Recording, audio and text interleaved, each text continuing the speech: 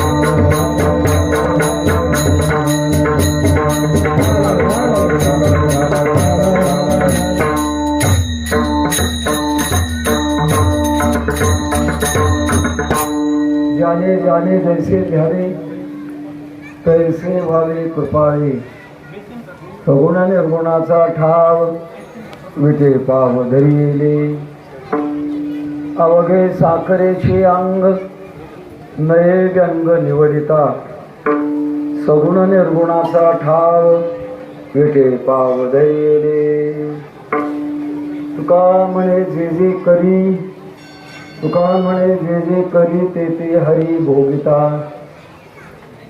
सगुण निर्गुणाचा ठाव विटे पाव धरिले पडुंगा तो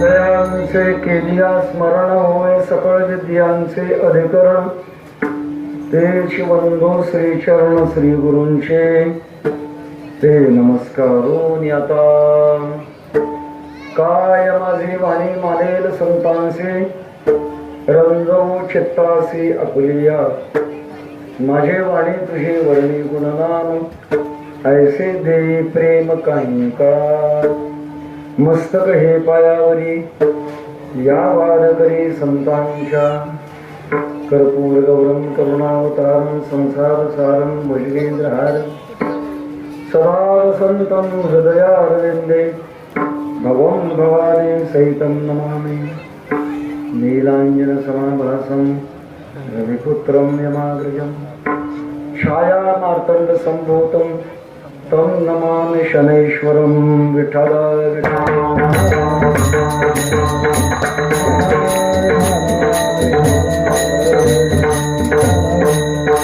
जाने जाने जैसे ध्यावे कैसे व्हावे कृपाळे सगुण निर्गुणाचा ठाव विटे पाव धरिले. भगवान नागेश्वरांच्या भगवान शैलेश्वरांच्या दरबारात उपस्थित संत महंत भाविक सज्जन माता भगिनी बालक बालिका टाळकरी मदंग वादक आपणा सर्वांना अंतःकरणपूर्वक वंदन करून आपण आज या ठिकाणी शिवकृष्ण योगी हरिभक्तीपरायण गंजीधर बाबा यांच्या दैवी प्रेरणेतून प्राप्त झालेल्या स्थळावर भगवान शनीश्वरांच्या जयंतीच्या निमित्ताने या उत्सवामध्ये आपण सहभागी झालो. आपल्याकडे कार्यक्रम आणि उत्सव हे शब्द थोडे वेगळे वेगळे. काही कार्याचा क्रम असतो त्याचं नाव आहे कार्यक्रम आणि उत्सव शब्दाचा अर्थ आहे दोन शब्द एकत्र आलेले उत अधिक सव. उत म्हणजे प्रगट होणे, सव म्हणजे आनंद. ज्याच्यातून आनंद प्रगट होतो त्याचं नाव आहे उत्सव. तेव्हा या जयंती उत्सवामध्ये आपण सहभागी झालो. रात्री आमचे वारकरी शिक्षण संस्थेचे अंतर्मुख साधना करणारे ज्ञानेश्वर माऊली जोड यांची कीर्तन सेवा लागली. एवढा प्रभू भावे तेने संपुष्टी राहावे होय भक्ती केला तैसा पूर्वी धरावी ते इच्छा या भंगावर माऊलीने सूत्रबद्ध पद्धतीने आणि व्यवस्थित अशा प्रकारचं चिंतन मांडलं. ते म्हटले आता माझी दुसऱ्यांदा परीक्षा म्हणले त्यांचं नम्रतेचं लक्षण आहे, परंतु खऱ्या अर्थानं ती परीक्षा नाही. खूप अशा प्रकारचं चांगलं चिंतन सैद्धांतिक पद्धतीनं ज्यांनी आपलं चिंतन मांडलं. या चिंतनात काय असतं, कधी मागे राहणाऱ्याला थोडी अडचणी असतात. जेवायच्या वेळेला समजा जिलेबीचं पक्वान नसलं मग आलेल्या पाहुण्यांची पंगत चांगली चांगली वेळी त्यांना वाढली जातात आणि मागे जो राहिला असतो त्याला ताकडे तुकडे गोळ करावं लागतात. माझं तसं आज झाले. माऊलीचं कीर्तन झालं नसतं मी हाच अभंगाचा घेतला. त्याच अभंगावर चिंतन करायचं म्हटलं तर माऊलीला राग येईल. हा रात्री काही कमी सांगितलं का? रात्री पण तुम्हीच केलेलं आहे. तेव्हा अशा चिंतनात आपण उपस्थित आहात. मला वाटतं कीर्तनाची आपल्यावर फलकावर वेळ आहे 12 ते 2. दिनकर महाराज विडीला किती वाजता घेतलाय?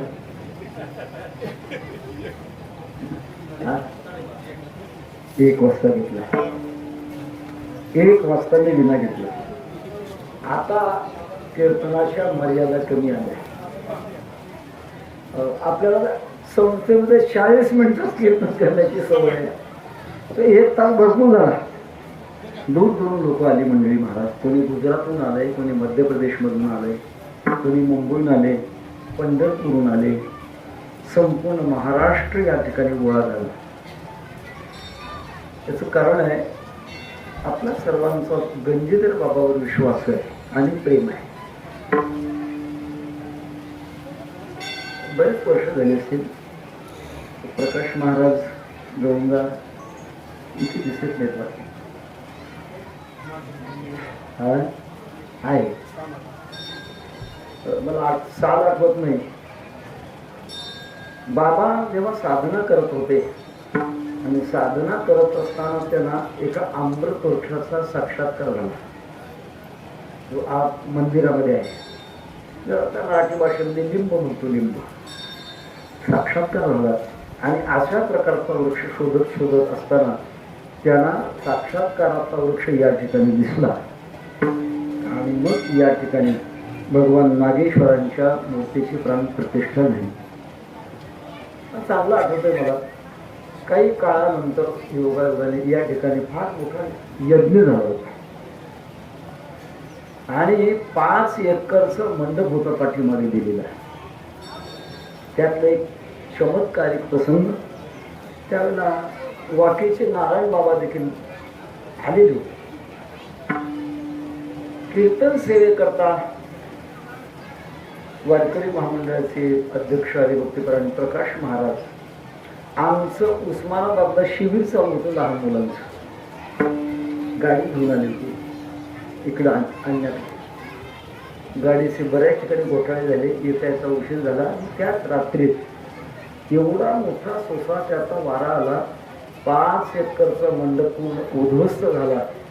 चालू असणारे विजेचे करंटचे 3 पोल खाली कोसळले, पण प्राणहानी झाली नाही, कोणाला जखमही झाली नाही.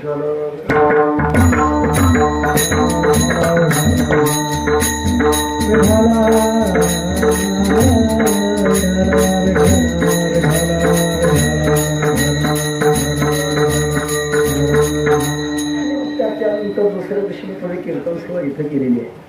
तेव्हापासून बाबांचा आमचा संबंध संपर्क आला. आल्यानंतर तो वाढत वाढत गेला. त्याचं कारण आहे, माझे जातीचे मग भेटो कोणी, आवडीशी धनी फेडावया. मित्रता आणि सोयरीक सारखेपणा असलं तर होते, नाही तर होत नाही. येळोरेव समम मित्रम येळोरेव समम कुलम तयो विवाह मैत्रींच. दोघांचं सारखेपण लागतं. आणि त्याबरोबर बाबांच्या अंतःकरणाचा जो स्वाभाविकपणा आहे आणि प्रसिद्धी, विद्वत्ता, कला आदी करून भौतिक गुणापासून अलिप्त राहून अंतरंग वृत्तीने जगण्याची ज्यांची वृत्ती आहे, त्या वृत्तीमुळे समाजाला त्यांनी एकत्र केलं.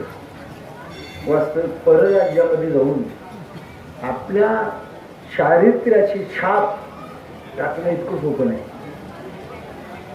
भाषा वेगळी आहे, मंडळी वेगळी आहे. तेव्हा अशा एका प्रकारच्या व्यक्तिमत्वातून आणि भगवान शनेश्वर जयंतीचा कार्यक्रम सुरू होत असताना मला चांगलं आठवत आहे, अगोदर सहप्रेमातून म्हटले आमरस खाण्याकरता या मोडतडलं. 1 वर्ष फक्त आमरस खाण्याकरता आलो. आणि मग त्यांच्या डोक्यात काय एक योग अशा प्रकारचा की शनेश्वर जयंती आणि आमरसाची वेळ एकच असते. त्याच्यातून एक त्यांच्या मनामध्ये संकल्प केला असेल की आपण या ठिकाणी भगवान शनेश्वरांची प्राणप्रतिष्ठा केलेली आहे आणि त्याकरता आपण शनेश्वर जयंतीचा उत्सव या ठिकाणी करूया. या दृष्टिकोनातून या उत्सवाला कमीत कमी 7-8 वर्ष तरी झाली असतील. या उत्सवामध्ये आपण एक चिंतन सेवा करत असतो आणि ते चिंतन सेवा करण्याकरता आपण जगद्गुरु तुकोबारायांचा अभंग निवडलेला आहे. जगामध्ये 3 गोष्टी आपण लक्षात घ्या, एक जड, दुसरं जीव आणि तिसरा देव. जड, जीव आणि देव. जडाच्या बाबतीमध्ये पाहिलं तर त्याला स्वतंत्र अशा प्रकारच्या संवेदना नाहीत. आता माईक आहे, याला उभं करा, आडवं करा, ठेवून द्या, त्याला काही चांगलं नाही वाईट नाही काही. जडाला संवेदना नाहीत, पण जडावर सत्ता जीवाची आहे, देवाची आहे. याचा उपयोग आपण कसा करून घ्यावा हे आपण ठरवतो. याला भजनात लावायचं का, कीर्तनात लावायचं का, मृदंग वादकाला जवळ लावायचं का, गायकाच्या जवळ लावायचं आपण ठरवू. म्हणजे याची स्वतंत्रता नाही. जसं आपल्या समोर गाड्या आहेत, गाड्या स्वतंत्र नाहीत. गाड्या भरपूर आपल्याला प्रवास करून देतात, पण गाडी चालवणारावर अवलंबून आहे. कोणीकडे जायचं हे त्याच्यावर अवलंबून. माझा मुद्दा असा आहे जड हे पूर्ण परतंत्र आहे. याच्यानंतर दुसरा टप्पा आहे जीव. आपण अर्धे स्वतंत्र आहोत आणि अर्धे परतंत्र आहोत. भविष्य निर्माण करण्याकरता आपण स्वतंत्र आहोत आणि भूतकाळातील प्रारब्ध भोगण्याकरता परतंत्र आहोत.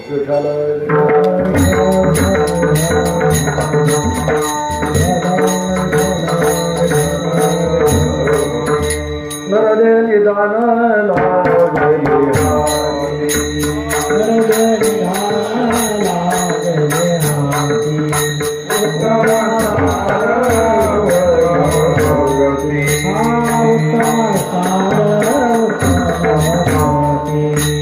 देवाची होई मनाची होती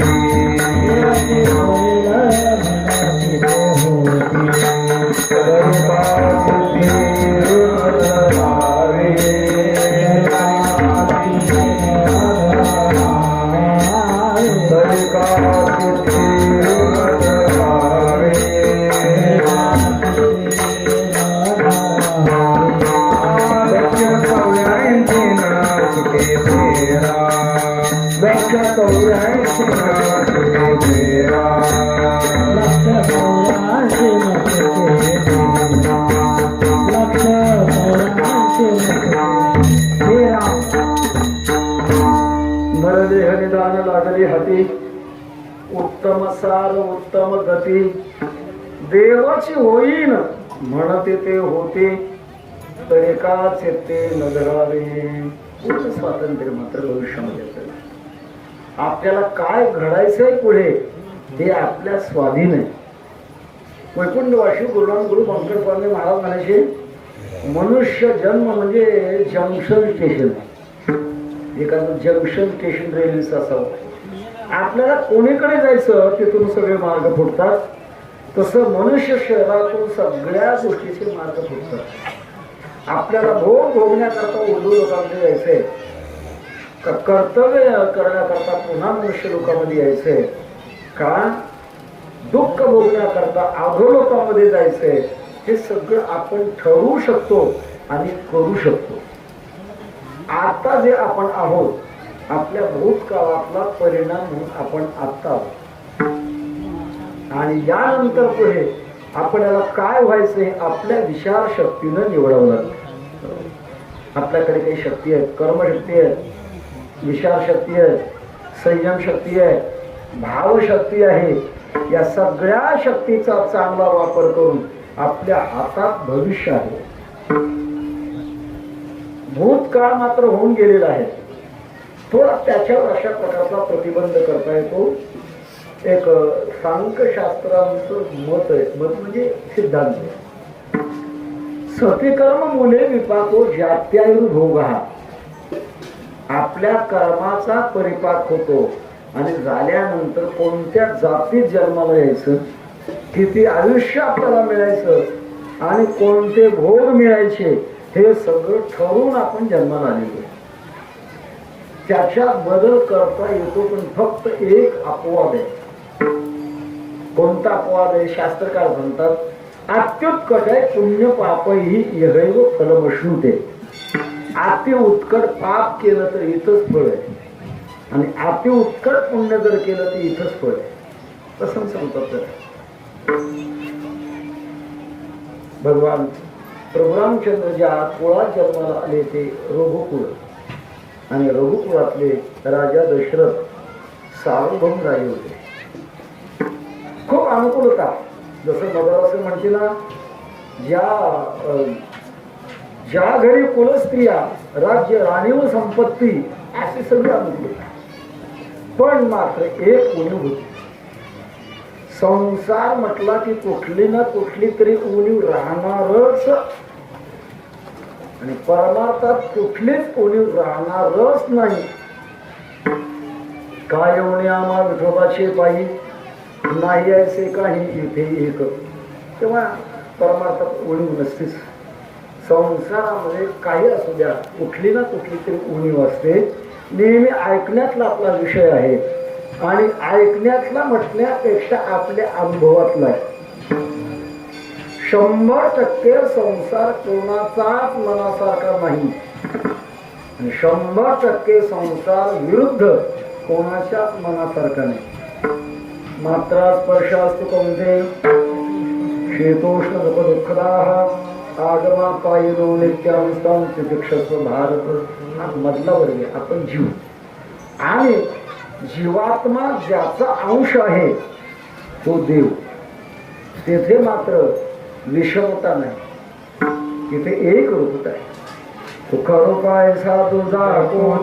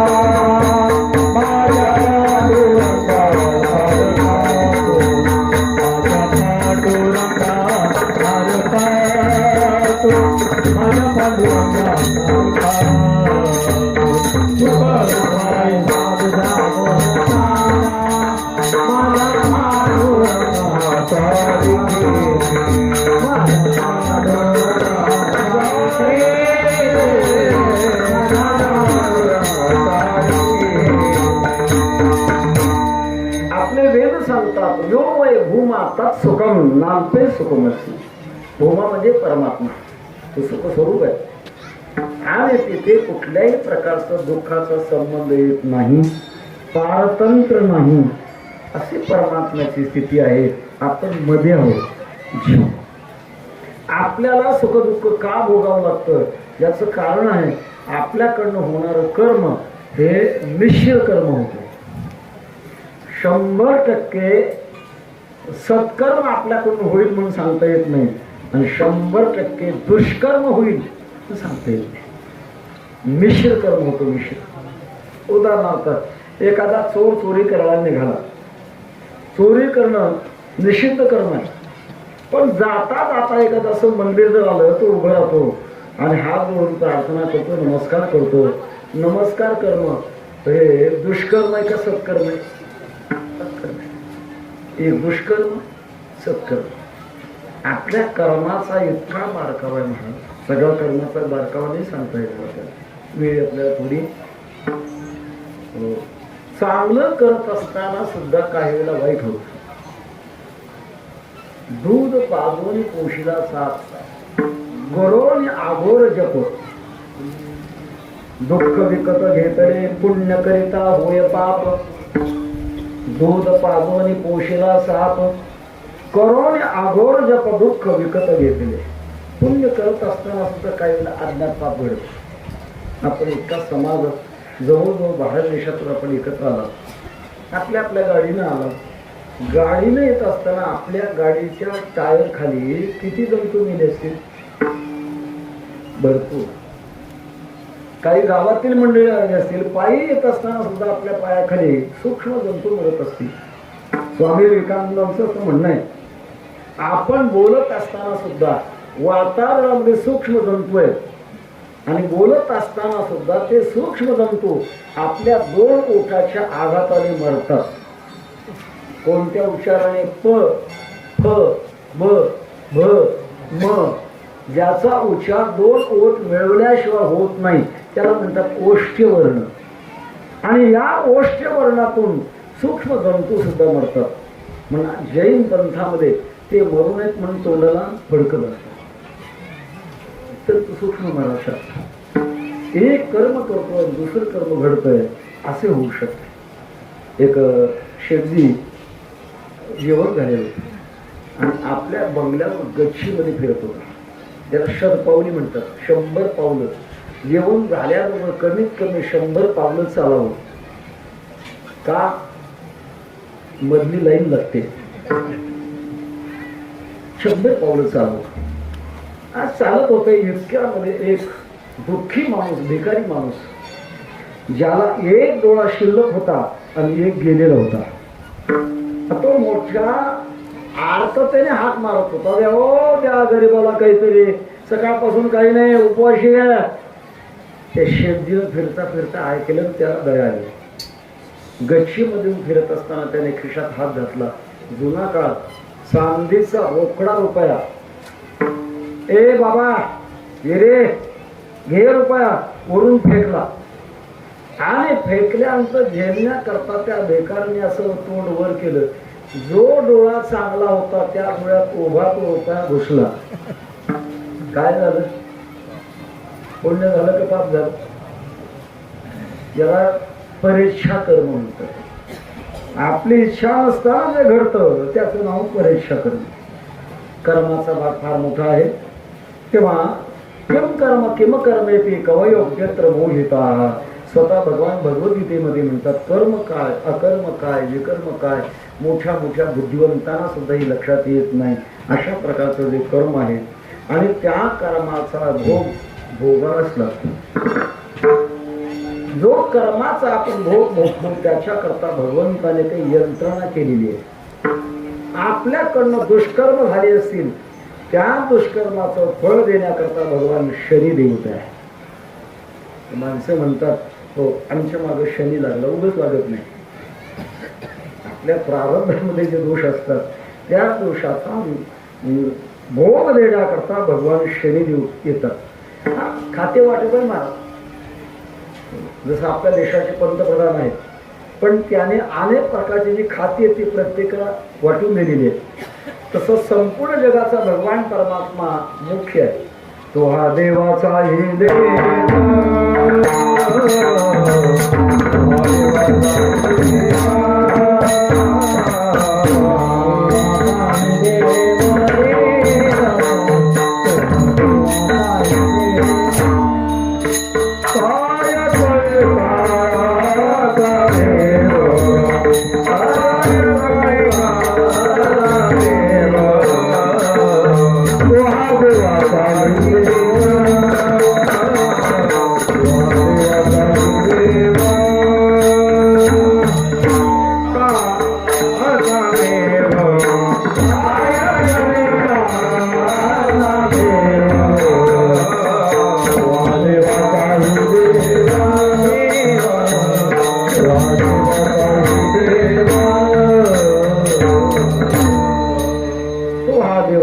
आणि ज्याची दास त्याचा पंढरी वास.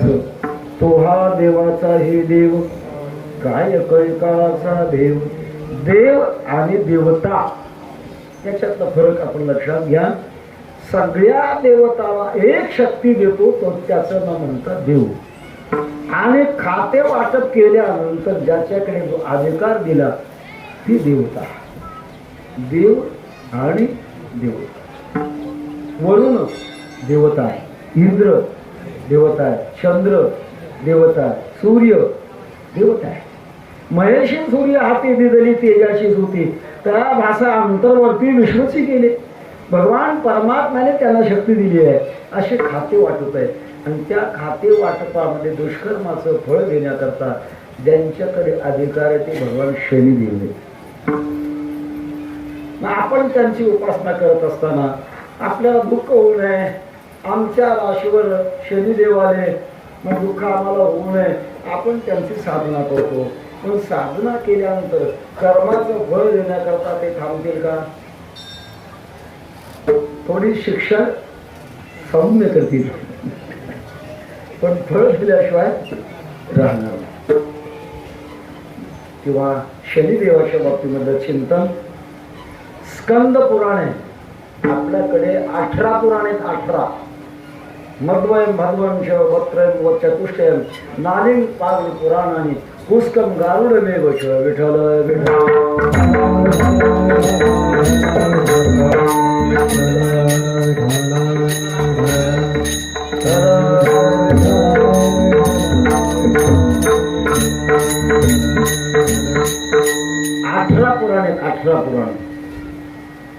तुका म्हणे नाही विश्वास द्या मनी पहावे पुराणी शरण. पुराण म्हणजे काय? वायफट गोष्टी म्हणजे पुराण नाही. तर जाताना थोडं बोलताना लांबच विषय आहे, पण महत्वाचा म्हणून सांगून जातो. कोणत्याही संस्कृतीचा अभ्यास करण्याकरता 5 गोष्टीचा अभ्यास करावा.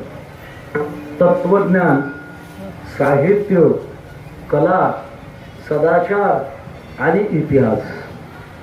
5 गोष्टी ज्या संस्कृतीमध्ये आहेत ती संस्कृती कायम टिकते. 700 वर्ष आपल्या संस्कृतीला आक्रमण झाली परकीयांची, पण आपली संस्कृती का नष्ट झाली नाही त्याचं कारण आहे याच्यामध्ये 5 गोष्टी जिवंत आहेत. मुद्दा असा आहे, याच्यामध्ये शेवटचा भाग आहे इतिहास. कशाला म्हणतात इतिहास? इतिहास शब्दामध्ये 3 शब्द एकत्र आहेत. इति, इह आणि आस. इति म्हणजे आसे, इह म्हणजे या ठिकाणी, आस म्हणजे घडले, आसे या ठिकाणी घडले, त्याला म्हणतात इतिहास. पुराणेचा इतिहास,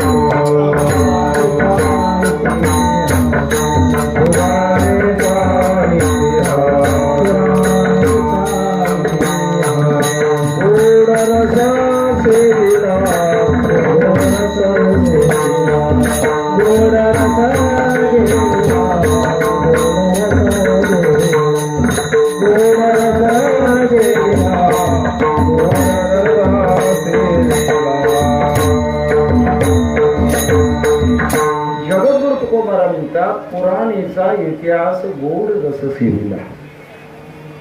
पाहिली पुराणे धांडोळीली दरुशेली. शास्त्राचाही आम्ही अभ्यास केला म्हणतात, पुराणाचा देखील आम्ही अभ्यास केला. या अर्थात या पुराणामध्ये 18 पुराणामध्ये स्कंद नावाचं पुराण आहे. त्या पुराणामध्ये भगवान सूर्यदेवाला 2 सुपुत्र, एक यमराज आणि दुसरी शनिदेव. छाया मार्तंड संबोधन, पत्नीचं नाव छाया. मोठा इतिहास आहे आपल्याला. तिकडे ज्यांना पाहिजे त्याने स्कंद पुराणाचा तो भाग वाचा आणि आपण लक्षात मध्ये घ्या. तेव्हा या बाबतीमध्ये आपलं जे पूर्वकर्म आहे ते पूर्वकर्म पद्मपुराणामध्ये वर्णन. आपलं कर्म त्याची नोंद होते कुठे? कर्म झालं, कल्पना करणार 15 वर्षापूर्वी आपण पंढरपूरला जाऊन दर्शन घेऊन आहोत. पुण्यकर्म झालं, त्याची नोंद होते कुठे?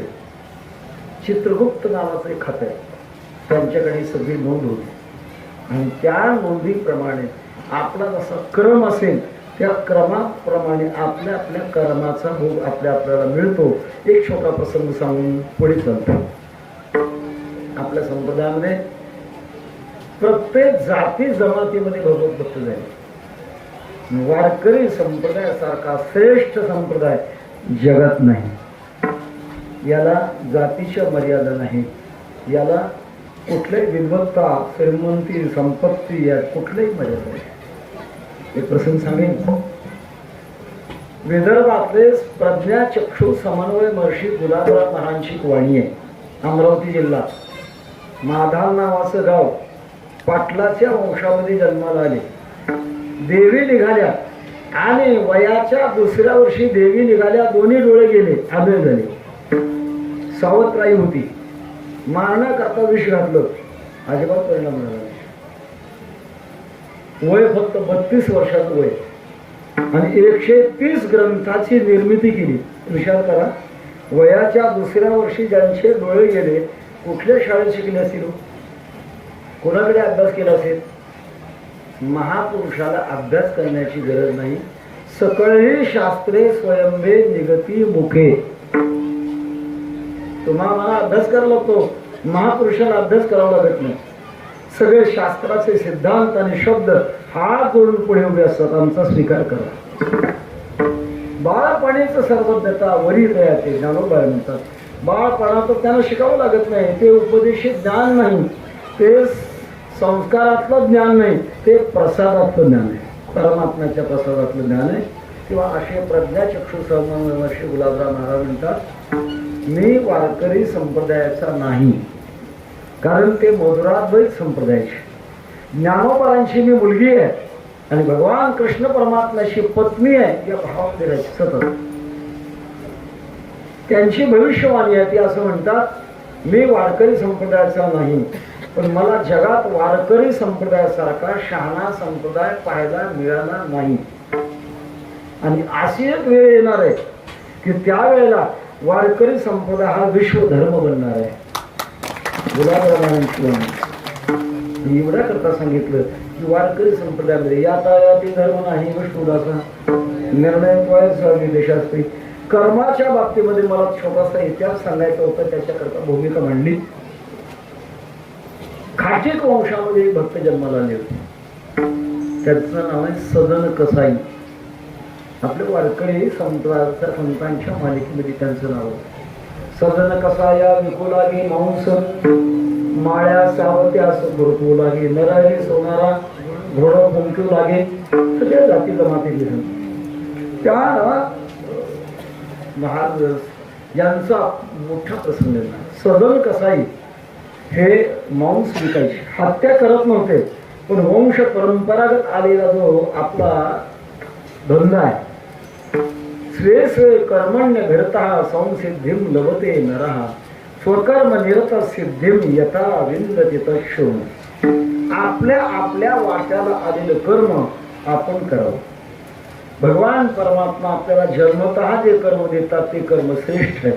स्वामी विवेकानंदांचं एक ठिकाणी वाक्य, जगात कोणतंच कर्म श्रेष्ठ नाही, कोणतंच कर्म कनिष्ठ नाही. ज्याच्या ज्याच्या वाट्याला जे जे कर्म आलं ते त्याच्याकरता श्रेष्ठ आहे. विठ्ठल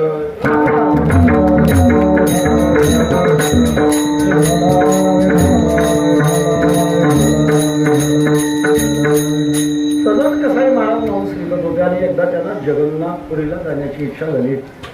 पायी जायचं. दरको दर मुक्काम चालले.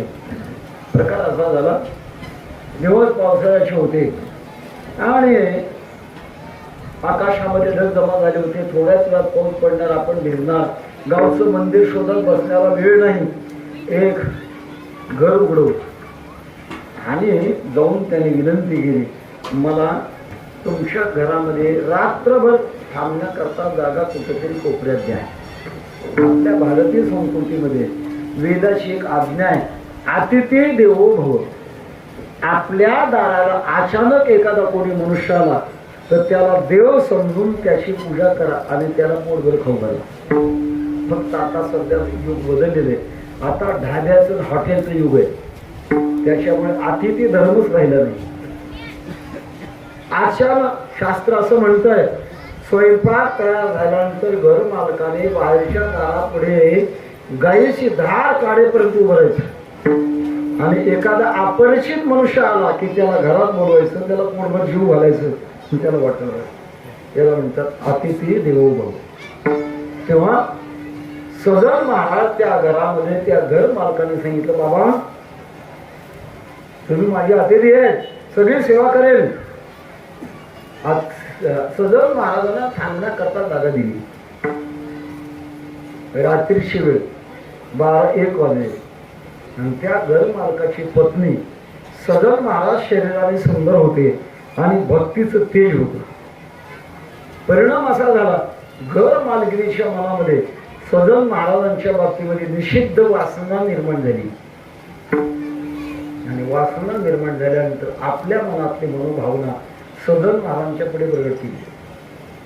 सदन महाराजांनी सांगितलं, आम्ही देवाचे भक्त आहोत आणि त्याच्यामुळे पळावी येणारी माऊली समान हे गेले नेमून ठाईचे.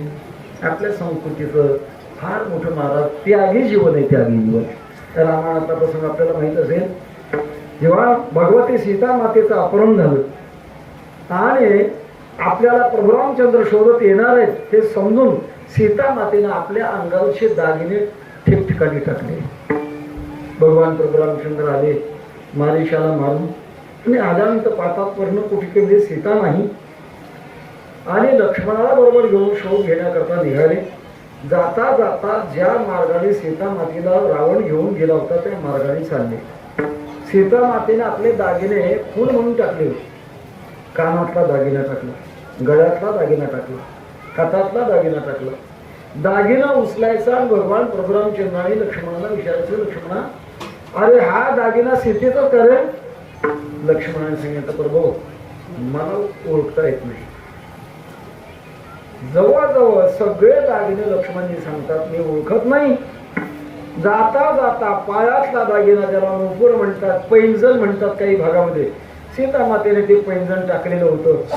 भगवान परशुरामचंद्राने पैंजण हातामध्ये घेतलं आणि विचारलं लक्ष्मणा अरे पैंजण सीतेचंच आहे का? तेव्हा लक्ष्मणजी म्हणतात देवा हे पैंजण मी ओळखतो. नाहम जानामि कुंडले नाहम जानामि केवरे नो पुरे एव जानामि नित्यम पादाभिवंदन. मी कानातले कुंडल ओळखत नाही, केयूर ओळखत नाही, फक्त आईसाहेबांच्या पायातले पैंजण ओळखतो. कारण मी आईसाहेबाच्या दुसऱ्या अंगाकडे बघतच नाही, फक्त पाहतो ते पायाकडे पाहतो. ही भारतीय संस्कृती आहे. तेव्हा सांगण्यात येतं तसा इंद्रियाने घात केला. त्या घर मालकीने सदन महाराजांच्याकडे आग्रह धरला. सदन महाराज काही तयार होईना. अशा वेळेला तिला असं वाटलं आपले पती घरात झोपलेले आहेत, त्यांची अडचण म्हणून हे मला तयार होत नाही. काही विचार केला नाही मला. कामातुरा नाम भयम न लज्जा. कामातुर माणसाला लाज नसते, भीती नसते. घरातला मोठा वरवंटा उचलला आणि झोपी गेलेल्या पतीच्या डोक्यात घातला, तिथेच मेलं. आणि सांगितलं आता तुम्हाला जी अडचण वाटत होती गेली ना, आता तयार व्हा. सदन महाराज विचार बोलले कुठल्या जन्माचं पाप मी या घरामध्ये आलोय, काय करावं. सदन महाराज तयार होत नाही. अशा वेळेला त्या घर मालकीने मोठमोठ्याने ओरडायला सुरुवात. धावा हो धावा, कोणीतरी हा परपुरुष आमच्या घरामध्ये आला, माझ्यावर वाईट नजर ठेवून माझ्या पतीचा याने काटा काढला. खोटं कुभांड रचलं. आणि कुभांड रचल्यानंतर गल्लीतली माणसं काय बुक्का हार घेऊन आली असतील का? येईल त्यांनी बडवावं, येईल त्यांनी बडवावं, येईल त्यांनी बडवावं. शेवटी कोर्टामध्ये केस गेली आणि कोर्टामध्ये न्याय त्यांना असा दिला गेला यांच्या दोन्ही हाताला तोडून टाका. सदन कसाई महाराजांचे दोन्ही हात तोडले गेले. शिक्षा मिळाल्यानंतर आता जगन्नाथपुरी पुढे राहिली आहे. आपण तर रस्त्यामध्ये आहोत, काही नाही झालं तरी हाचे नेम आता नभी नेम हाचे नेम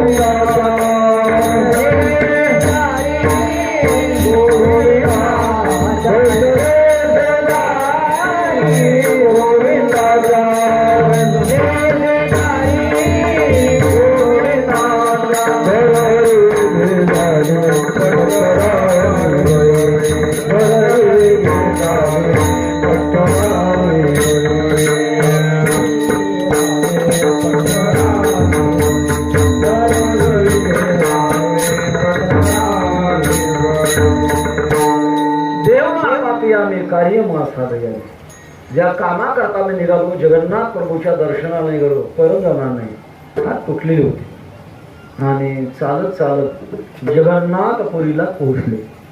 पण जगन्नाथाच्या दर्शनाला मध्ये गेले नाहीत ना. जगन्नाथ प्रभू एक वेगळा अशा प्रकारचा विग्रह आहे. माझ्या ऐकवत आहे महाराज आणि पूर्व वाचलेली आहे. जगन्नाथ प्रभू म्हणजे कोण? आता ते पुरीमध्ये मोठं आहे. दुसरी गोष्ट, जेव्हा कृष्ण परमात्म्याला व्याधाने बाण मारला आणि आग्नेय दीक्षा दिली, भगवंताचं हृदय तसंच रक्षामध्ये टाकल्यानंतर तसंच पोहत पोहत ते जगन्नाथपुरीला गेलं. आणि आजही भगवान जगन्नाथाची मूर्ती काष्टाची म्हणजे लाकडाची आहे. प्रत्येक 12 वर्षाला बदलतात. जगन्नाथ प्रभूची मूर्ती 12 वर्षाला बदलतात. आणि त्या जगन्नाथ प्रभूच्या मूर्तीमध्ये पाठीमागून असं कोरलेलं असतं आणि भगवान कृष्ण परमात्म्याचं हृदय त्याच्यामध्ये ठेवतात. ठेवत असताना त्याची फार मोठी परीक्षा महाराज, ते कोणी पाहायचं नाही. जर पाहिलं तर त्याला मृत्यू तत्क्षण ते हृदय घालणारे 12 वर्षांचा जेव्हा बदल होतो, मागच्या मूर्तीचं हृदय काढायचं आणि पुढच्या मूर्तीमध्ये घालत असताना विशिष्ट अशा प्रकारचा पुण्यवान महात्मा असतो, त्याचे डोळे बांधलेले असतात आणि बांधून त्या मूर्तीचं हृदय काढायचं आणि या मूर्तीमध्ये घालायचं, अशी जगन्नाथ प्रभूची शक्ती. सदन कसाई महाराज गेले, पण प्रत्यक्षात मंदिरामध्ये न जाताना, दर्शन न घेताना एका बागेमध्ये बसले आणि जगन्नाथ प्रभूचं चिंतन करू लागले. चिंतन करता करता प्रत्यक्षात जगन्नाथ प्रभू त्या बागेमध्ये प्रगट झाले, समोर उभे राहिले. तुम्ही ज्याच्या करता दावा करता तो जगन्नाथ भगवान मी आहे. सदन कसाई महाराजांनी पाठ फिरवली. भगवान पुन्हा पुढे आले. अहो मी जगन्नाथ प्रभू आहे. पुन्हा पाठ फिरवली. एखाद्याचा भाव वाढला म्हणजे किती वाढलं काही सांगता येत नाही. मी जगन्नाथ प्रभू आहे. सदन कसाई महाराज म्हणतात, देवा तुम्ही देव जर आहेत तर मला असं वाटतंय तुमच्या घरी न्याय नाही. धुंद झाला तुझा दरबार, पांडुरंग सरकारांनी. तेव्हा काय पाप केलं होतं रे मी? माझे दोन्ही हात तोडले, कुठल्या प्रकारच्या अनुचित कर्मामध्ये मी गेलो नाही आणि अशा अवस्थेमध्ये माझे हात तुटावे, तुझ्या दरबारामध्ये न्याय राहिला नाही. भगवान जगन्नाथ प्रभू म्हणतात, महाराज माझ्या दरबारामध्ये चुकून काहीच घडत नाही. ज्याचं जे कर्म आहे ते त्याला भोगायला मिळावं लागत असतंय, असं माझ्या दरबारातला नियम. मी काय केलं होतं?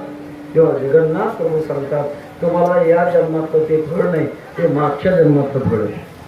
प्रकार असा होता, एक गाय कापणारा कसाई तो गाय कापण्याकरता पकडत होता, इतक्यात त्या गायीने झटका मारला. गाय पळू लागली पुढे. कसाई मागे, पकडावो पकडावो पकडावो, आडवा आडवा आडवा म्हणत होते, पण कोणी आडवत नव्हतं.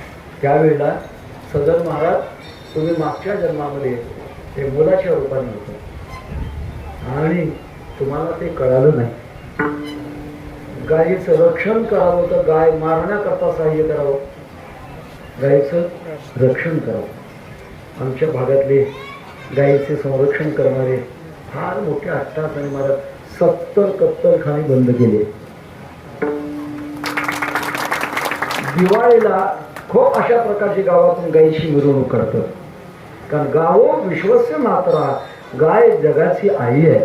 स्वतंत्र विषय तर त्याच्यावर मी अर्धा तास बोलू शकेन, पण आता नाही बोलत, मला कीर्तन करायचं सांगण्याचा मुद्दा असा, मागच्या जन्मामध्ये तुम्ही बालरूपात होता आणि एका रस्त्यातून गाय पळत होती, कसाई मागे लागलेला होता आणि गाय आडवा म्हटल्यामुळे तुम्ही हात आडवे केले, गाय थांबली गेली, कसाईने गाय पकडली आणि गाय मारली. तो कसाई या जन्मात पती आहे आणि ती गाय या जन्मात ती पत्नी आहे.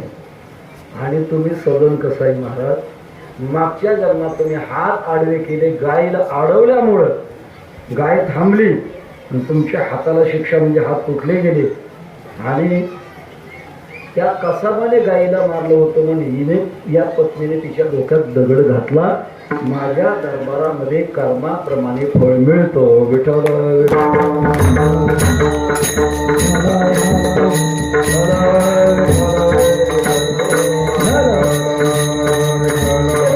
आपल्याकडनं कदाचित अज्ञात कर्म, ज्ञात कर्म, स्वेच्छा कर्म, परीक्षा कर्म हे अशा प्रकारचे अनेक घडत असतात आणि त्याच्यामध्ये कधी सुख होतंय तर कधी दुःख होतंय. पण अशा वेळेला सुख दुःखाच्या पलीकडे गेलं पाहिजे. सामान्य माणसाला आपण सुखी व्हावं वाटतं, पण सिद्धांतामध्ये सुखी होण्यापेक्षा दुःखी होण्यापेक्षा सुखाच्या आणि दुःखाच्या पलीकडे जावं. सुखा आणि दुःखा म्हणे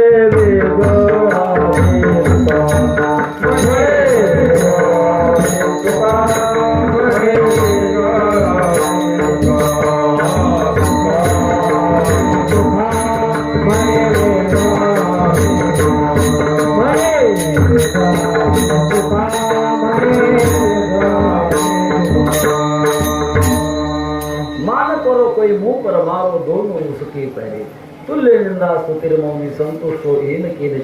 अनेकेत स्थिरमते भक्तिमान नेती लोणा. तुका म्हणे आम्ही झालो अग्निरूप लागोनी दो पाप पुण्यांगा. सगळ्यातून अनेक अशा प्रकारचं जीवन निर्माण होण्याकरता भगवान परमात्म्याची कृपा लागत असते. आणि परमात्म्याची कृपा होण्याकरता जगात कोणती गोष्ट फुकट मिळत नाही. सिद्धांताचं वाक्य आहे, कोणती गोष्ट फुकट मिळत नाही. तपेली न दैवत दिलेल्या गेला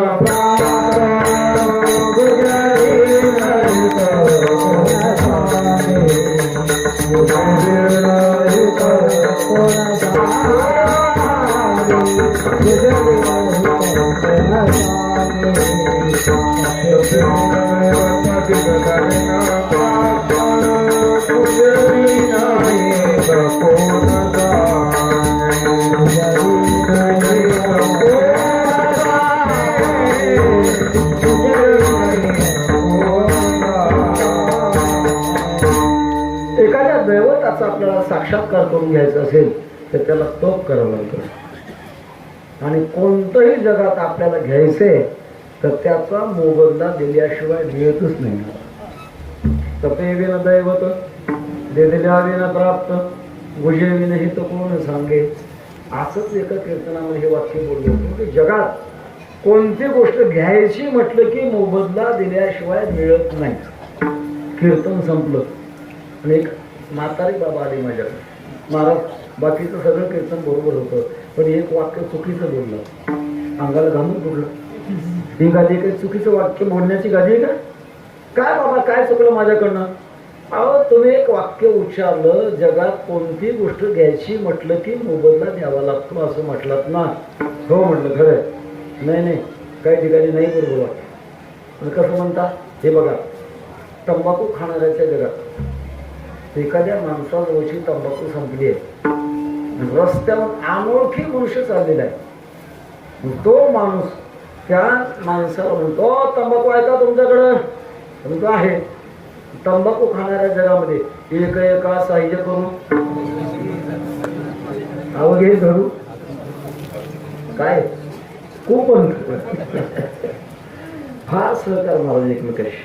तो ताबडतोब पिशवी काढतो, तंबाखू काढून त्याच्या हातावर ठेवतो. काय दिलं त्याने? मी म्हटलं बाबा माझंच खरंय. कसं काय खरंय? तुम्हाला वाटतं काय दिलं नाही त्याने हात पसरला म्हणजे इज्जत दिली, अजून काय द्यावं? हात पसरी जिने सांगण्याचा मुद्दा असा, जगात कोणती गोष्ट घेण्याकरता द्यावं लागत असतं. तसं भगवान परमात्म्याची कृपा होण्याकरता, कर्मबंधनाच्या पलीकडे जाण्याकरता, सुखदुःखाच्या पलीकडे जाण्याकरता भगवान परमात्म्याची सेवा करावी लागते. सेवेच्या अंतर्गत भगवान परमात्म्याची मानसिक सेवा आहे. आपल्या मनाने भगवान परमात्म्याचं चिंतन करणं याला म्हणतात मानसिक सेवा. विठ्ठल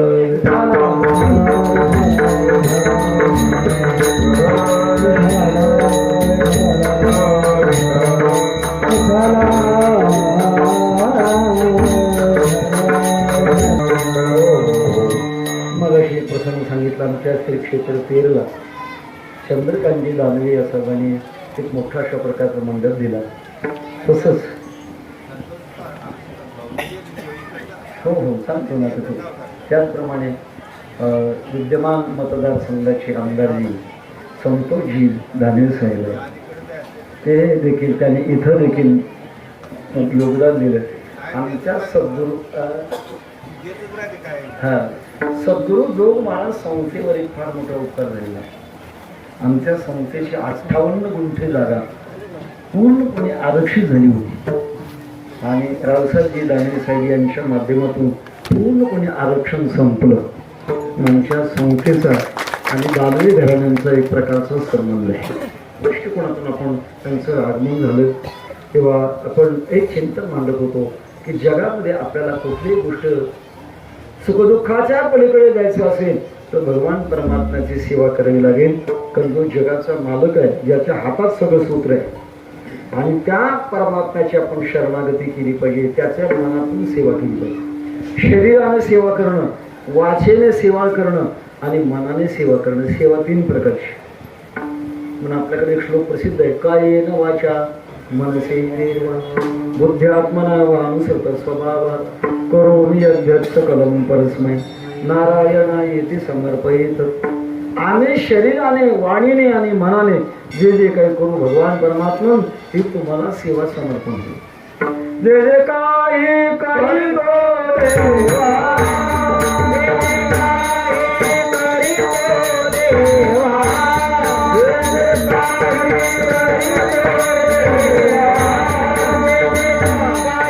काही करी गो देवा, जे जे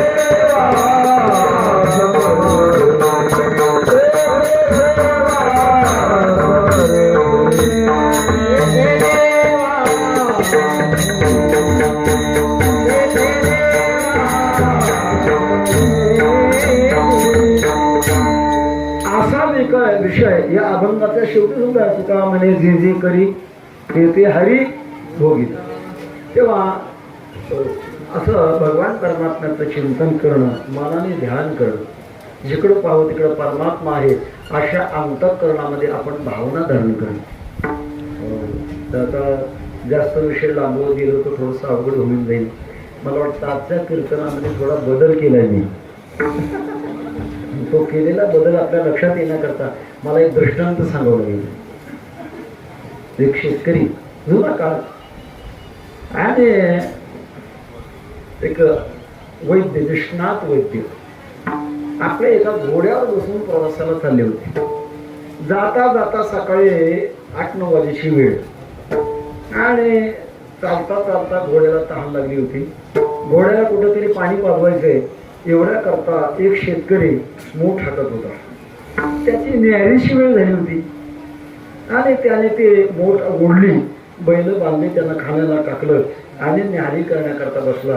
या वैद्याने देखील आपलं घोडं तिथं थारोळा म्हणतात त्याला, पाटात थारोळं, त्या थारोळ्यात पाणी पाजलं आणि पाणी पाजल्यानंतर थोडा घोड्याला विसावा म्हणतो बाजूला बसला. इतक्यात त्या शेतकऱ्याने शिदोरी आणली होती. त्याच्यातून त्याने 2 भाकरी खाल्ल्या आणि खाल्ल्याबरोबर त्या पाटामध्ये जाऊन घट घट घट घट पाणी पिऊ लागले. वैद्याला रागवलं नाही. त्यांनी लो शेतकरी बा, तुम्हाला आरोग्याचे नियम काही माहित आहेत का? म्हणजे काय? भोजनांते विषमवारी, जेवण झाल्याबरोबर पाणी पिणं म्हणजे विष पिणं. कमीत कमी 1 तासभर थांबलं पाहिजे आणि तुम्ही जेवण झाल्याबरोबर पाणी घटाघटा पिलात. शेतकऱ्यांनी सांगितलं असं आहे का? थांबा. 4 भाकरी शिल्लक होत्या, पुन्हा त्या काढल्या. अगोदर 2 खाल्ल्या, नंतर पुन्हा 4 खाल्ल्या आणि सांगितलं आता नाही पाणी पिणार. त्या वैद्याने कपाळाला हात लावला, तुमच्याकरता नियम नाही. 2 भाकरी खाल्ल्यानंतर पुन्हा 4 भाकरी सहज खाता, तुमचं आरोग्य किती आहे ते नियमाच्या बाह्य आरोग्य. तसं इथलं सगळं नियमाच्या बाह्य.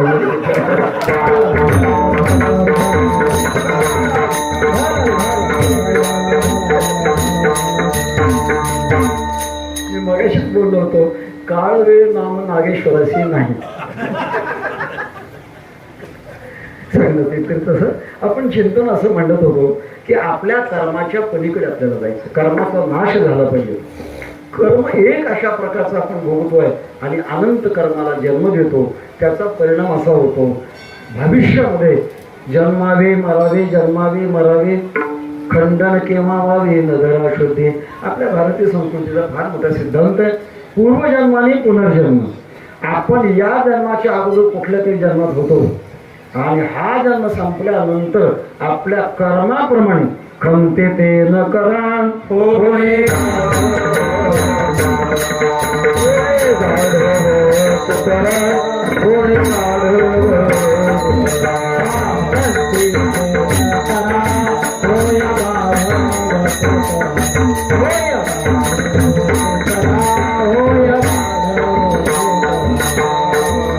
आपल्याला आठवत नाही मानव मागे कोणत्या जन्मामध्ये होतो आपल्याला आठवत नाही. कारण आपल्या बुद्धीमध्ये दोष असतात, भ्रम, प्रमाद, विपरीतसा, कर्णापाठव असे 4 प्रकारचे दोष असतात. पण परमात्म्याची सेवा केल्यानंतर ज्यांच्या बुद्धीतले दोष नष्ट होतात त्यांच्या बुद्धीला रतंभरा म्हणतात, रतंभरा प्रज्ञा.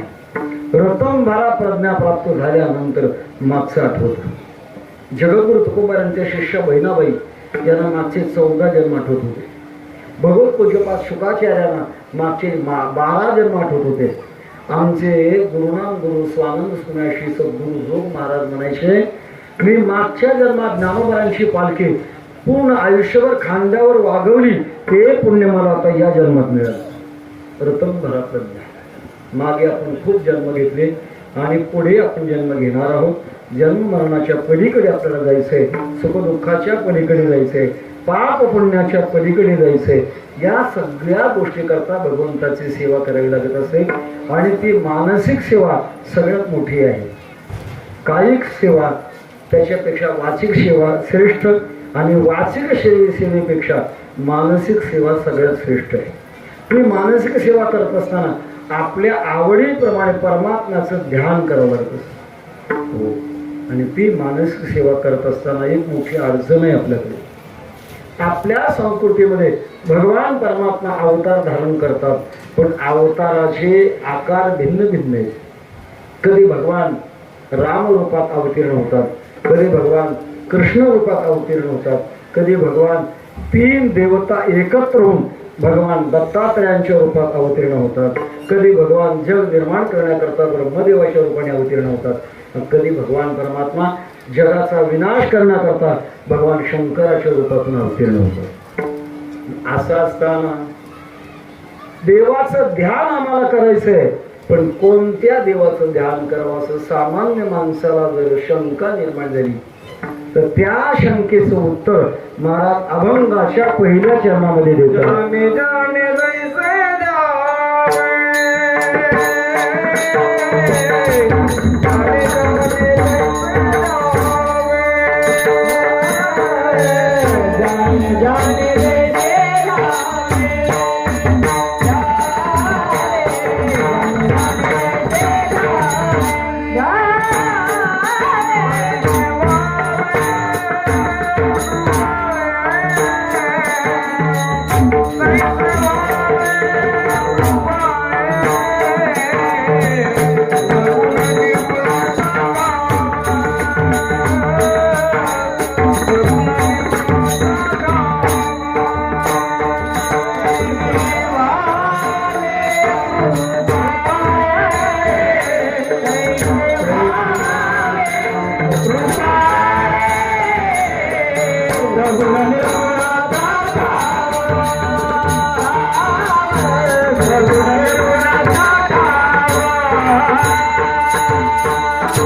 जगद्गुरु तुकोबा सिद्धांत सांगतात भक्तीतला, जाने जाने जैसे ध्यावे तैसे व्हावे कृपाळे.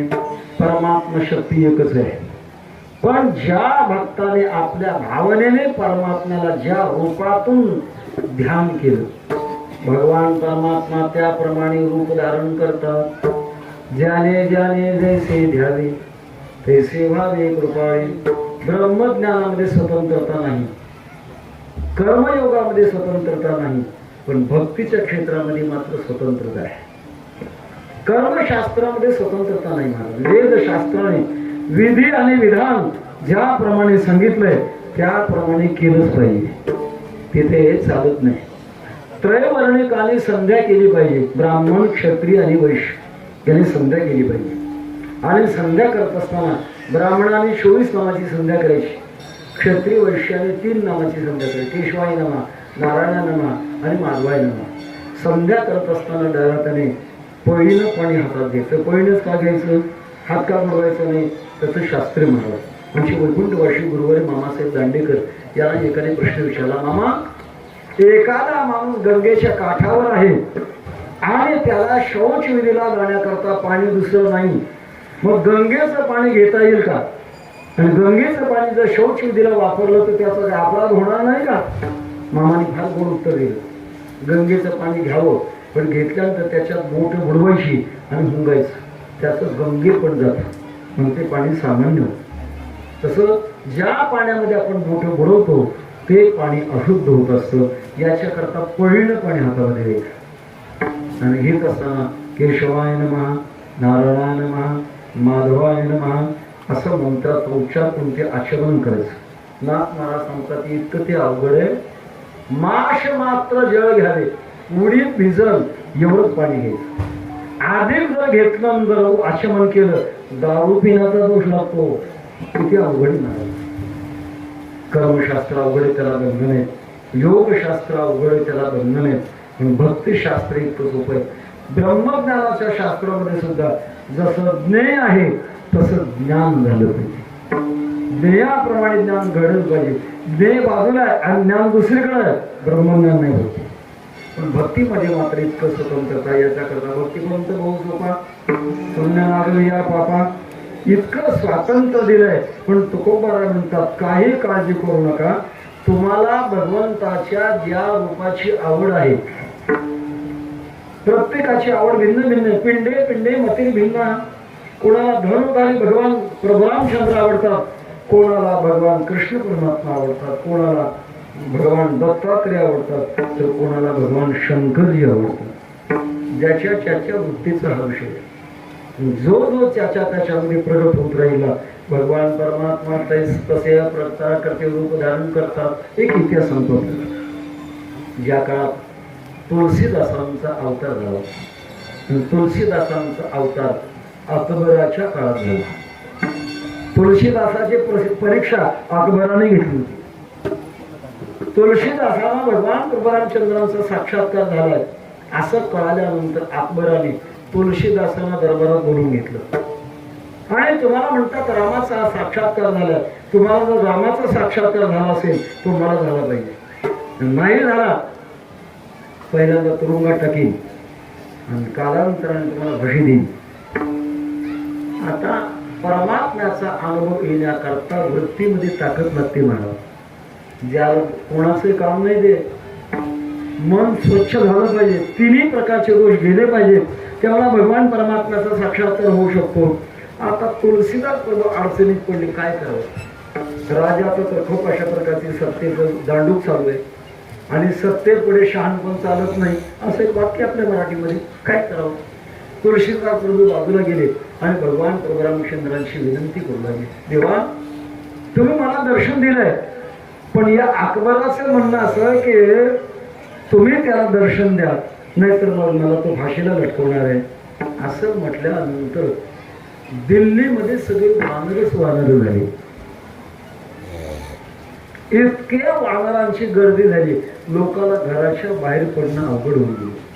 आता ते वानर काय गप्प बसणार आहेत का, शांत बसणार आहेत का. कोणाच्या अंगावरचे कपडे फाट, कोणाला भुचकर, कोणाचं नाकच तोड, चालत घे.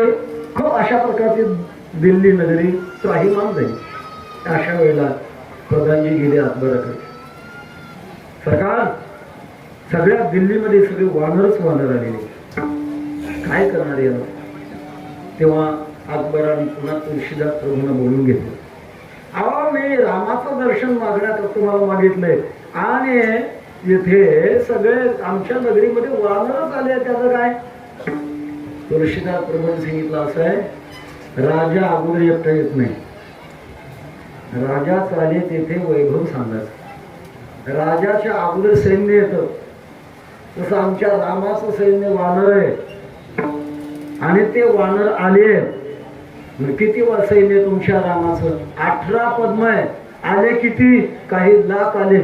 सगळे 18 पद्म वानर येतील, नंतर भगवान प्रभू रामचंद्र येतील, तुम्हाला दर्शन मिळेल. अकबराने हात जोडले, नको नको नको नको, तुमच्या रामाला सांगा तुमचं सैन्य आवरा म्हणा, मला तुमचं दर्शनही नको आणि काहीच नको. सांगण्याचा मुद्दा माझा असा आहे, ज्याची योग्यता लागत असते महाराज. अधिकारी महाशास्त्र फलसिद्धी विशेषतः, ज्याचा जो अधिकार आहे त्याला त्या गोष्टी प्राप्त होत असतात. सांगण्याचा मुद्दा असा की आपली सवय ज्याच्यात आहे त्या ध्येयाचं आपण ध्यान करावं. ते प्रसंग थोडं सांगतो. तेच तुलसीदास प्रभू जेव्हा वृंदावनला आले, वृंदावन भगवान कृष्ण परमात्म्याचं क्षेत्र, आणि फिरत फिरत आल्यानंतर मंदिरामध्ये गेले. त्यांना मंदिरामध्ये जे अधिष्ठान आहे त्या अधिष्ठानाला बाके बिहारी म्हणतात. बाके बिहारीच्या दर्शनाकरता म्हणून गेले, पण मात्र रूप मात्र कृष्ण रूप. तुलसीदास प्रभू भगवंताला आव्हान देतात, कहा कहो छबी आज की भले बने हो नाथ. काय आपलं सौंदर्य, आपण फार चांगलं रूप धारण केलं, पण तुलसी मस्तक कमल में जब धनुष बाण लोहा. या तुळशीदासाचं मस्तक तेव्हा टेकवलं जाईल की जेव्हा तुम्ही हातामध्ये धनुष्यबाण घ्याल त्याच वेळेला मस्तक टेकवलं जाईल. एवढं आव्हान केल्याबरोबर भगवान कृष्ण परमात्म्याने मुरली मुकुट दुराय के लिए धनुष्यबाण हात तुलसीदास के कारण रघुनाथ भय ब्रजनाथ भय रघुनाथ. जे ब्रजनाथ होते ते रघुनाथ झाले का? जाने जाने जैसे तैसे वाली कृपा. खूप इतिहासात असा सिद्धांत आहे. मग महाराज म्हणतात आपण जसं ध्यान कराल तसं भगवान परमात्मा होतो. पण तो होणारा परमात्मा मुळात आहे कुठं? अभंगाच्या दुसऱ्या चरणात गुण निर्गुणाचा भाव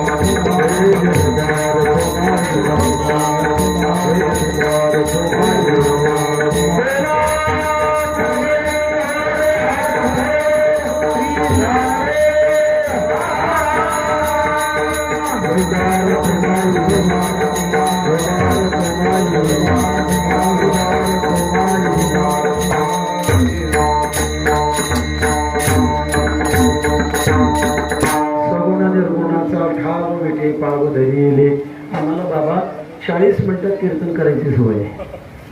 3 तास म्हटलं तरी 3 तासही करू. 40 म्हटलं 40 मिनिटं. हा स्वामीने 8 घंट्याचं कीर्तन केलं. तेव्हा वेळ झालेली आहे आणि समाज दूर आलेला आहे. शिस्त पाहिजे. समाजाकरता 3 गोष्टी आवश्यक आहेत. शिस्त, सेवा आणि संयम. त्या दृष्टिकोनातून शिस्तीच्या दृष्टिकोनातून बाबाच्या सूचनेप्रमाणे लवकरात 5 ते 10 मिनिटाच्या आतच आपण सगळे सेवा समर्पण करतो. सगुण निर्गुणाचा ठाव मूळ परमात्मा आहे कुठे हो? जो भक्ताच्या ध्यान करण्याप्रमाणे होतो. तुका म्हणे तसे देवा होणे लागे त्यांच्या भावा. महाराज सिद्धांत सांगतात. पण मुळात ठिकाण कोणतं त्याचं? महाराज म्हणतात सगुण निर्गुणाचा ठाव विठी पाव धरिले. विठीवर पंढरपूरला भगवान परमात्मा जो आहे तो सगुण आहे आणि निर्गुण आहे. सगळ्या रूपांचा जो काही मूळ प्रकार आहे तो भगवान पांडुरंग परमात्मा. येथोन अवतार मत्स्य कुर्मादी सुकर. प्रगट महाराजांचं प्रमाण आहे. अवताराचारा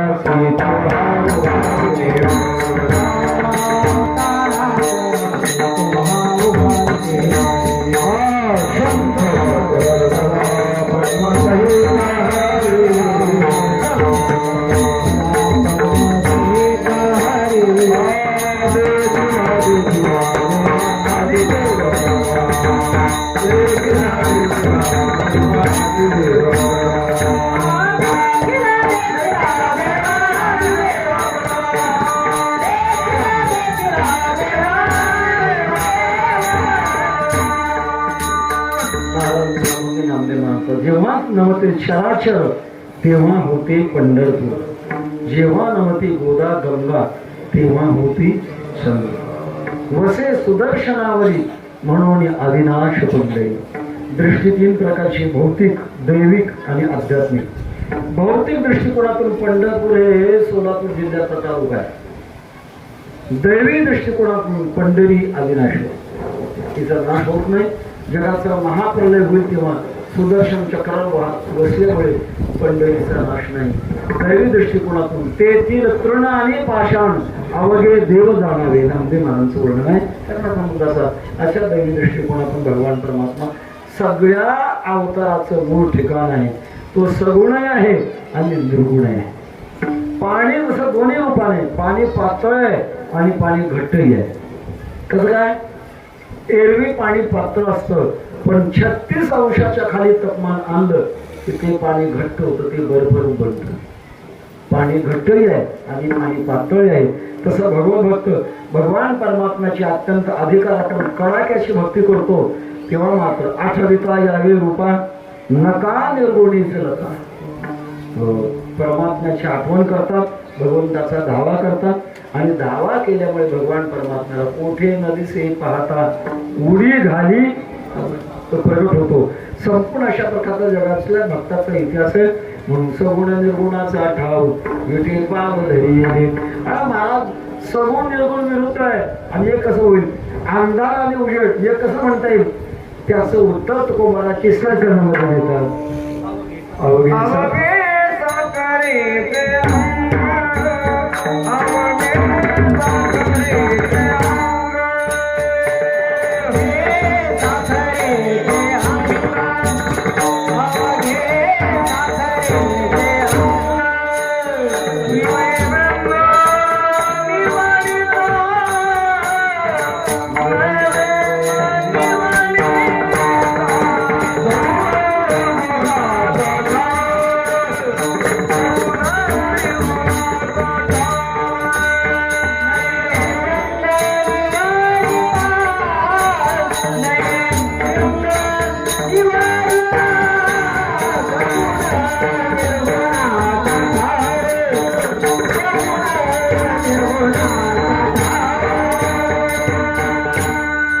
सर्वांगी साखर अवघे गोड. ऊस बुडाकडे गोड, मध्ये गोड, वाड्याकडे मात्र फिका. पण साखर मात्र अशी नाही.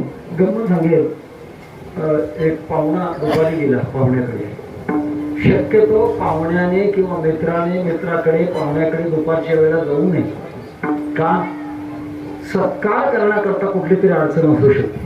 घर लहान होतं, स्वयंपाक घर आली बैठक अगदी जवळ, इकडचं तिकडं ऐकू येत होतं, तिकडचं इकडं ऐकू येत होतं. घर मालक घरात गेला, आपल्या पत्नीला सांगितलं, बघ खूप आवडता प्रेमातला पाहुणा आहे, दुधामध्ये भरपूर साखर टाक, तू तयार कर. त्यांचं मालक साखरेचा डबा मोकळा झालाय. दुकानं दुपारी बंद आहेत. शेजारी शेतावर गेले, कुठून साखर आणून टाकू? मालकाने तरी काम करणार, पर्याय काढतात. माणसाचा स्वभावामधला पर्याय काढणार. तो बैल होता ना, तो बैल दुधात टाक. ते बैल वाळून खाल्ला. कुत्रा टाक, कुत्रा बेबीनं खाल्लं. मांजर टाक, हा मांजर आहे, मांजर टाक. पाहुणा सगळं ऐकत होता, विचार करत होता. ज्याचा मुलगा बैल खातो आणि ज्याची मुलगी कुत्र खाते, ते माणसाचं घर आहे का राक्षसाचं घर आहे? त्याला दूध घेऊन आल्यानंतर घ्या म्हटलं असतात, तो वारकरी होता तर कसा घेईल ना. पाहुण्याच्या लक्षात आलं, आतलं ऐकलं म्हणून दूध घेत नाही. हा सांगितलं, पाहुणे प्रकार असा झाला, तुम्हाला शंका आली आहे. 14 जानेवारी महिलांचा संक्रांतीचा सण आणि 14 जानेवारीला महिला सौभाग्य अलंकाराची वाण लुटतात, म्हणजे देतात. शब्दच लावला लुटतात, देतात. कोणी कंगवे, फाण्या, डबे, आरसे असं काही लुटतात. आमच्या गावात यावर्षी साखरेचे पदार्थ लुटले. बैल होता तो साखरेचा, तो वाळून खाल्ला. कुत्र होतं ते साखरेचं, ते बेबीनं खाल्लं. आणि मांजर होते ते साखरेची दुधात टाकून आणली आहे. पाहुणा म्हटलं, आता द्या, आता हरकत. अवघे साखरेची अंग नयंग निवडिता. तसं सगळ्या जगामध्ये एकच परमात्मा आहे आणि तो परमात्मा कधी अधिक प्रमाणामध्ये जिकडे पाहे तिकडे बाई श्री हरी वाचवणे तुझे नाही, पाहे तिकडे मायबाप विठ्ठला हे रुक्माई. अशा दृष्टीमुळे सगुण निर्गुणाचा ठाव टेपाव धरिले अवघे साखरेची अंग नयंग निवडिता. मग अशा भगवान परमात्म्याचं ध्यान करूनच सेवा मिळेल का? तुकोबारा म्हणतात, आपण जे जे कराल ना ती सेवा भगवान परमात्मा स्वीकारतात. हा सिद्धांत शेवटच्या चरणात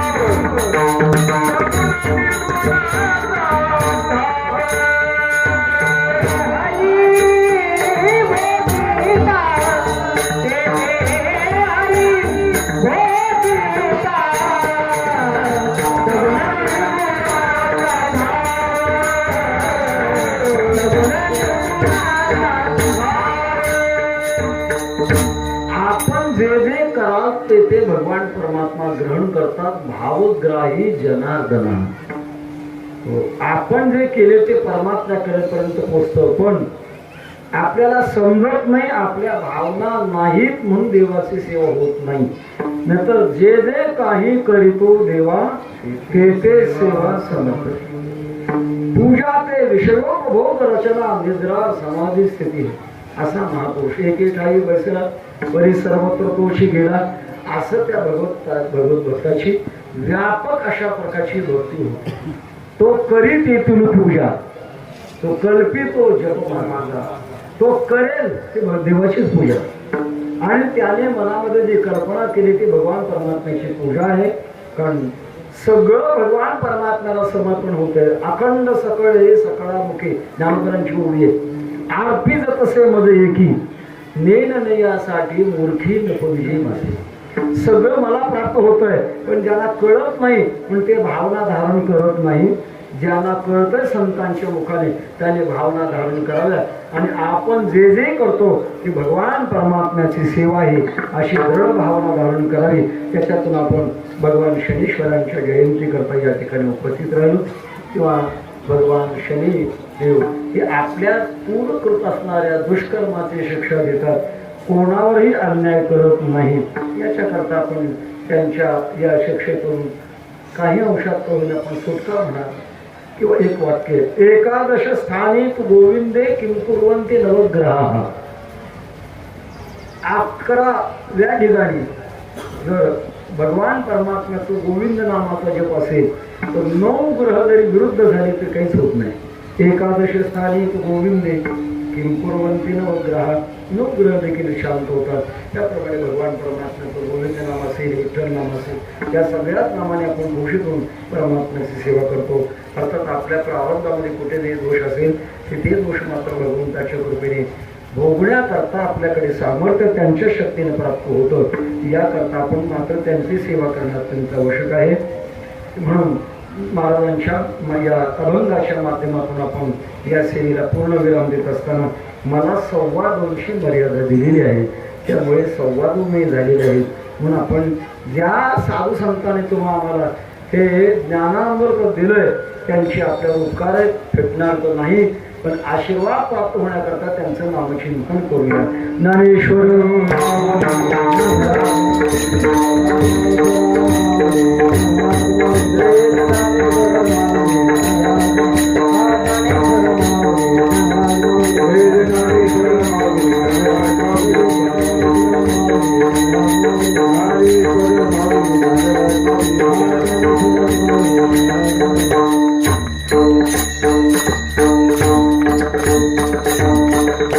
शिवकृष्णयोगी गंजेर बाबा यांच्या प्रेरणेतून चालनेतून आणि महाराष्ट्र आणि महाराष्ट्राच्या बाहेरील ज्यांच्या व्यक्तिमत्वाचा प्रभाव आहे अशा बाबांच्या माध्यमातून हा समाज या ठिकाणी एकत्र आला. आणि आल्यानंतर आज भगवान शनीश्वरांच्या जयंतीकरता आपण यज्ञ केला. त्या यज्ञाच्या बाबतीमध्ये अनेकांनी त्याच्यामध्ये आपल्या सेवा आहुती समर्पण केल्या. आपल्या भारतीयामध्ये यज्ञ करणं अत्यंत आवश्यक मानले जाते. न करील देवता हवन 3ऱ्या अध्यायामध्ये उभी आहे. तेव्हा त्यापैकी हा जो शनी यज्ञ झाला त्याबरोबरच नामयज्ञ ज्याला म्हणतात तो ही रात्रीचं कीर्तन सेवा आणि आताची कीर्तन सेवा हा एक प्रकारचा यज्ञ. नाम जप यज्ञ तो परम बाधून शके स्नानादि कर्म नामे पावन धर्माधर्म नाम पर ब्रह्म वेदार्थे. या दृष्टिकोनातून या नाम जपामध्ये यज्ञामध्ये आपण सामील झालेली चिंतन सेवा भगवान शनीश्वरांच्या चरणांमध्ये समर्पण करून ज्यांना पीडा होते त्यांच्या जीवनामध्ये सहन करण्याची शक्ती त्यांच्याद्वारा प्राप्त हो अशा प्रकारची प्रार्थना करून तुझे देणे तुझ्या समर्पणी पायी झालो उतराई पांडुरंगा विठ्ठल.